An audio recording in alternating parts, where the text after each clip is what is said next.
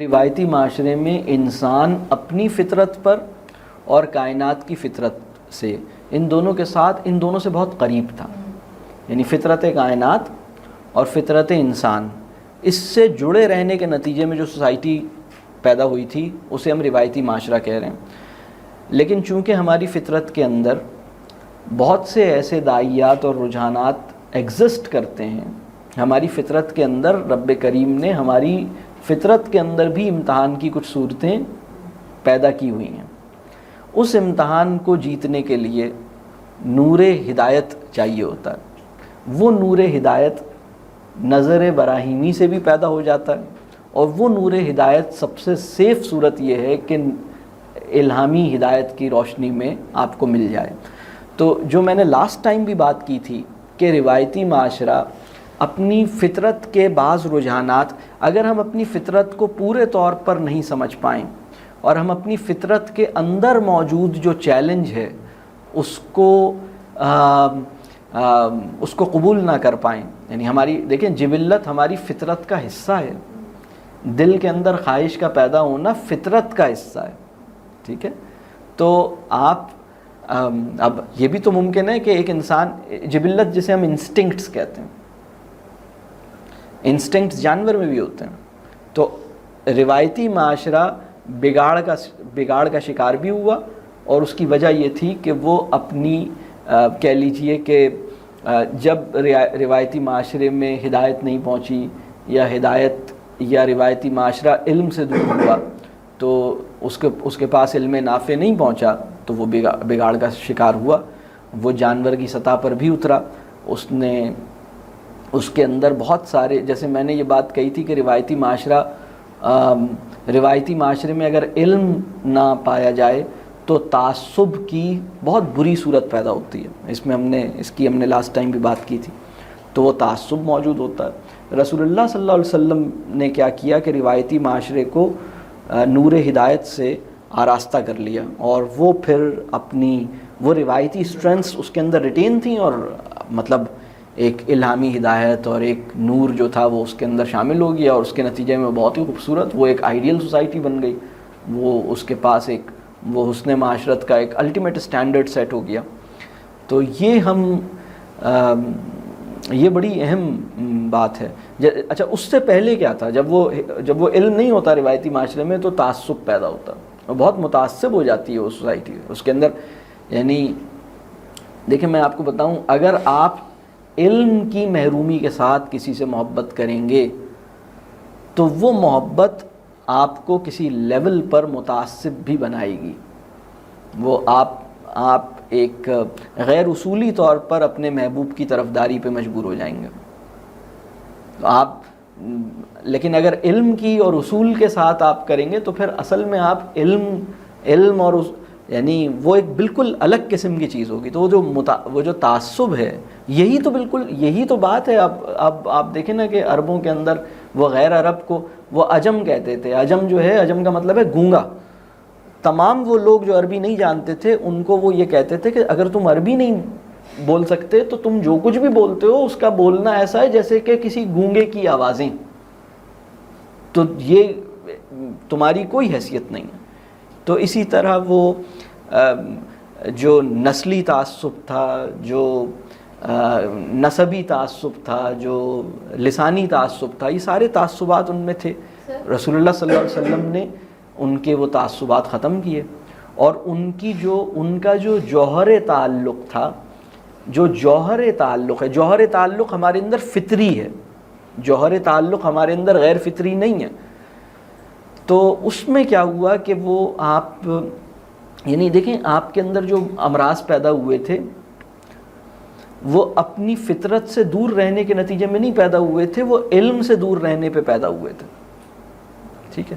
جدید معاشرے میں جو عارضہ پیدا ہوا ہے وہ اپنی فطرت سے دور نکلنے کے نتیجے میں پیدا ہوا.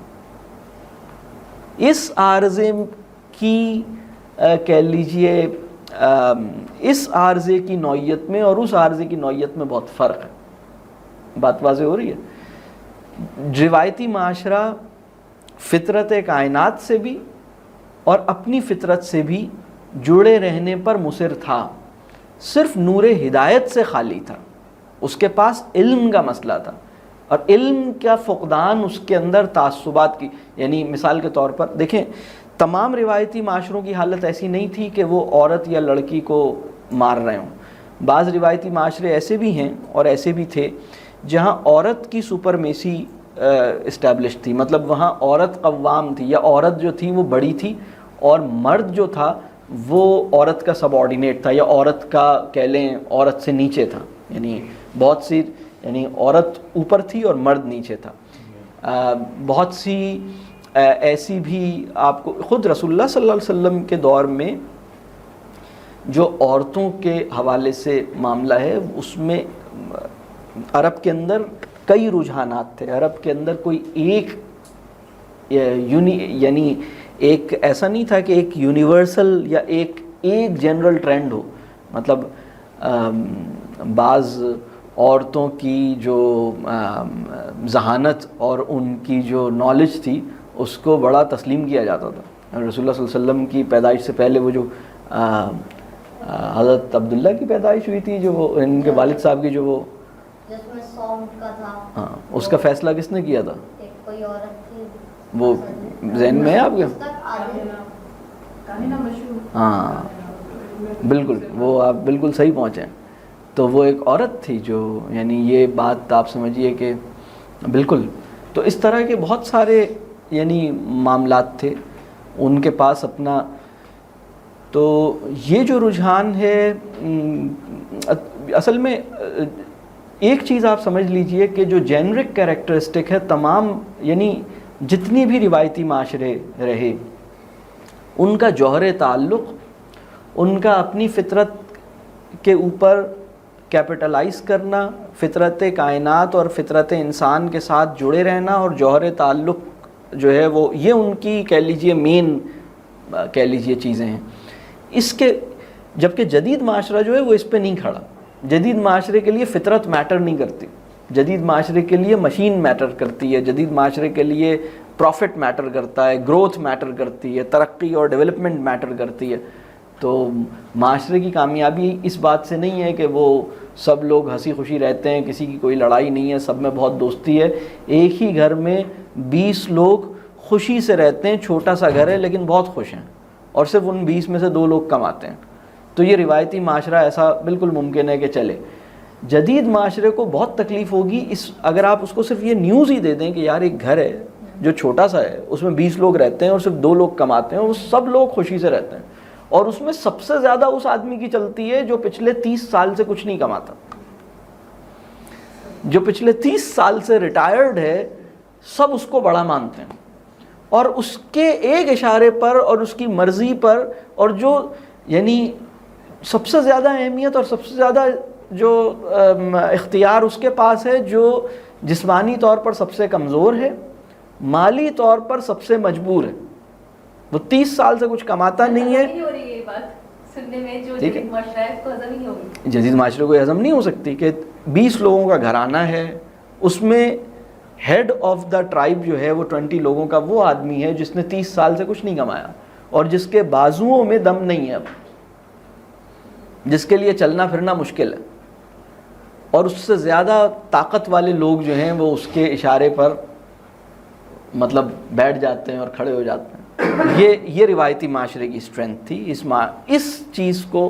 ہاں اب پرابلم یہ تھا کہ روایتی معاشرے میں چونکہ اگر روایتی معاشرے علمی معاشرے میں بھی رہے ہیں، یعنی بعض روایتی معاشرے ایسے تھے جو بہت علمی تھے، اتنے علمی تھے کہ آپ اس کا تصور نہیں کر سکتے. روایتی معاشرہ جب روایتی معاشرے میں علم کی روایت زندہ ہو گئی تو وہ کمال پہ کھڑا تھا. یعنی اس میں مثال کے طور پر یونانیوں کے اندر بھی بعض بڑی خوبیاں انہوں نے اسٹیبلش کی. ابھی بھی یونانیوں کی جو سٹوریز ہیں ان کے اندر ایک بہت بڑی آپ کو ایک چیزیں ملتی ہیں. اسی طرح مسلمانوں کا پورا جو روایتی معاشرہ ہے وہ بڑا غیر معمولی روایتی معاشرہ ہے. تو وہ روایتی معاشرہ جو ہے وہ، لیکن اگر وہ علم سے دور ہو گیا ہے تو پھر اس کے اندر تعصب پیدا ہوا ہے، اس کے اندر پرابلمس پیدا ہوئے ہیں. اس نے اپنے سپرسٹیشنز کے اوپر، اس نے اپنے فالس بلیفز یا ڈاگما جسے ہم کہتے ہیں، وہ اس کے اوپر کھڑا ہوتا ہے. کیونکہ دیکھیں انسانی شعور کے اندر ایک چیمبر ایسا ہے جس کو اگر درست عقیدے سے نہ فل کیا جائے تو وہ ڈاگمے کو پل کر لیتا ہے اور وہاں ڈاگمے کو لا کر یا سپرسٹیشنز کو لا کے فٹ کر لیتا ہے. یعنی ہمارا شعور ہمارے شعور کے اندر ایک چیمبر ایسا ہے جہاں اگر عقیدہ راسخ یا عقیدہ راست نہ جگہ پا سکے تو something is to be filled in that chamber, اور وہ سم تھنگ جو ہے وہ کچھ بھی ہو سکتی ہے. تو یہ روایتی معاشرے کے اندر یہ ہوا, اور روایتی معاشرہ جو ہے اس کا ایک اپنا عقیدہ تھا, اس کا اپنا ایک تصور تھا. تو جب حضرت عمر کے زمانے میں فرات کا دریا خشک ہو گیا اور پانی کا پرابلم پیدا ہوا تو لوگ آئے اور لوگوں نے کہا, حضرت عمر خلیفہ تھے, لوگ آئے, لوگوں نے کہا دیکھیے پہلے فرات میں جب پانی خشک ہوتا تھا تو ہم یہ کرتے تھے کہ اپنی ایک لڑکی کو جو کہ ان میرڈ ہوتی تھی اور بہت اچھی ہوتی تھی, خوبصورت ہوتی تھی, اس لڑکی کو ہم سلاٹر کر کے اس کا خون جو ہے وہ دریا میں ڈال دیتے تھے, اور جب وہ دریا میں خون ڈالتے تھے تو دریا بہنے لگتا تھا اور پانی کا مسئلہ حل ہو جاتا تھا. بہت عرصے تک ہم یہی کرتے رہے, ہمیشہ سے یہی ہوتا رہا ہے, اور اب دیکھیں یہ پرابلم اسلام آنے کے بعد ابھی فرسٹ ٹائم آیا ہے, لہٰذا اب ہمیں دوبارہ یہ انہوں نے سجیسٹ کیا لوگوں نے. تو سجیسٹ حضرت عمر کو کیوں کیا ہوگا؟ اس لیے کہ وہ پرانا پیچھے کچھ لوگ ایسے تھے نا جن کے سامنے وہ پریکٹس تھی, اور اللہ تعالیٰ جو فرماتا ہے کہ میں تو تمہارے گمان کے مطابق ہوں, میں تو جب تم نے جب ایک چیز اپنے ذہن میں بٹھا لی تو بس ٹھیک ہے, ہم نے تمہیں تمہارے حال پہ چھوڑ دیا. اللہ انسان کو دعا کرنی چاہیے کہ اس کے ذہن میں جو چیز بیٹھی ہے, اس کے شعور کا جو حصہ بنی ہے وہ صحیح ہو, بالکل ٹھیک ہو. تو حضرت عمر نے کہا کہ نہیں یہ, پھر حضرت عمر نے ایک خط لکھا, اور یہ حضرت عمر کی زندگی کے کوئی 9-10 ایسے واقعات ہیں جن میں سے ایک واقعہ یہ ہے جو بڑا ہی غیر معمولی ہے. حضرت عمر نے ایک خط لکھا دریائے فرات کو, اور انہوں نے لکھا اس خط میں حضرت عمر نے کہ, اور فرات کو انہوں نے ایڈریس کیا, اے دریائے فرات, اگر تو اللہ کے حکم سے بہتا ہے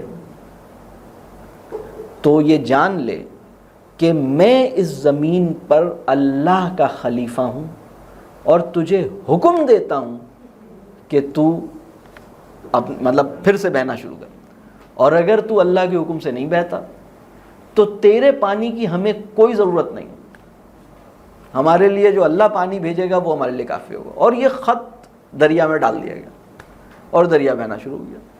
یہ ایک عجیب واقعہ ہے, مطلب یہ ایک عجیب بات ہے.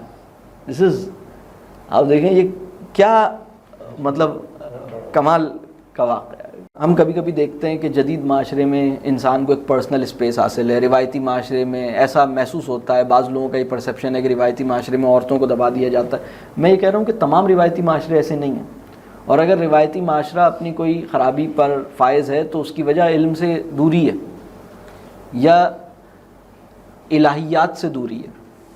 یعنی عقلی علم یا الہامی علم, کسی بھی علم سے دوری کے نتیجے میں روایتی معاشرے میں کوئی پرابلم پیدا ہوا ہے وہ آپ کو نظر آئے گا.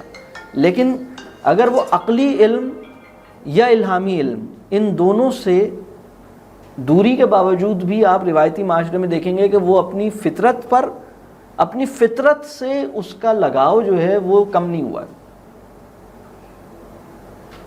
بات واضح ہو رہی ہے؟ اور جوہر تعلق جو ہے وہ اس کا اسپوائل نہیں ہوا, وہ اس کے اندر ایگزسٹ کرتا ہے. آپ کو میں بتاؤں, عربوں کے اندر ایک پیکٹ ہوتا تھا, یہ اسلام آنے سے پہلے, یعنی رسول اللہ صلی اللہ علیہ وسلم, اسلام تو خیر بہت پہلے حضرت آدم علیہ السلام کے ٹائم سے اسلام ہی ہے, لیکن میں رسول اللہ صلی اللہ علیہ وسلم کے آنے سے پہلے جو ہے, اور وہ پیکٹ کیا ہوتا تھا کہ وہ دو جو بزنس پارٹنرز ہوتے تھے, یعنی عموماً وہ اپنا پارٹنر بناتے تھے کسی کو, اور ان کے ساتھ یہ طے ہوتا تھا کہ اگر دو لوگ بزنس پارٹنر ہیں اور چونکہ وہاں ٹریول کرتے تھے اور وہاں کی ٹریولنگ ایسی ہوتی تھی کہ بعض اوقات آپ کئی مہینے سال بھر آپ سفر پہ ہوتے تھے, اور سفر میں حادثے بھی ہوتے تھے, سفر میں کبھی کوئی لڑائی بھی ہو جاتی تھی, کچھ بھی ہو جاتا تھا. تو پیکٹ یہ ہوتا تھا کہ اگر دو لوگوں کے درمیان معاہدہ یہ ہے کہ اگر میں مارا گیا یا مر گیا تو جو دوسرا ہوتا تھا وہ اس کی فیملی کو پورے طور پر جو ہے وہ اس کی رسپانسبلٹی لے گا اور اس کو وہ لے کے چلے گا، اور اس کو وہ نبھاتے تھے، یعنی اس کے اوپر بڑا فرم تھے وہ. اور جب مسلمان ہوئے تو اس کے بعد بھی جو لوگ پہلے سے اس معاہدے کے اندر ایک دوسرے سے جڑے ہوئے تھے، انہوں نے بعد میں بھی ایک دوسرے کے لیے بڑی کہہ لیجئے مدد ایک دوسرے کو دی. شعب ابی طالب کی گھاٹی کے اندر آپ کو جو مدد پہنچتی رہی ہے وہ اس طرح کے چینل سے پہنچتی رہی ہے جو آپ کے پرانے کہہ لیجئے کنیکشنز تھے، کیونکہ پوری سوسائٹی نے تو آپ کا بائیکاٹ کر دیا تھا. اور میں نے آپ کو پچھلی نشست میں بتایا تھا کہ ہجرت اور شعب ابی طالب کیوں اتنا تکلیف دہ پرابلم تھا. آج کے ماڈرن مین کے لیے ہجرت کوئی تکلیف دہ عمل نہیں ہے، وہ اس کی میں نے تفصیل بتائی تھی. تو یہ اس سوسائٹی کے اندر تھا کہ وہ اتنا گہرا تعلق ہوتا تھا، اتنی زیادہ. تو یہ سمجھنا کہ وہ عورتوں کے حوالے سے اس کا رویہ غیر مناسب ہے، تو اس کی وجہ علم ہے. اس کی وجہ آج بھی پڑھے لکھے معاشرے میں عورتوں کے حوالے سے نامناسب رویہ اگر ہے تو اس کی وجہ علم ہے.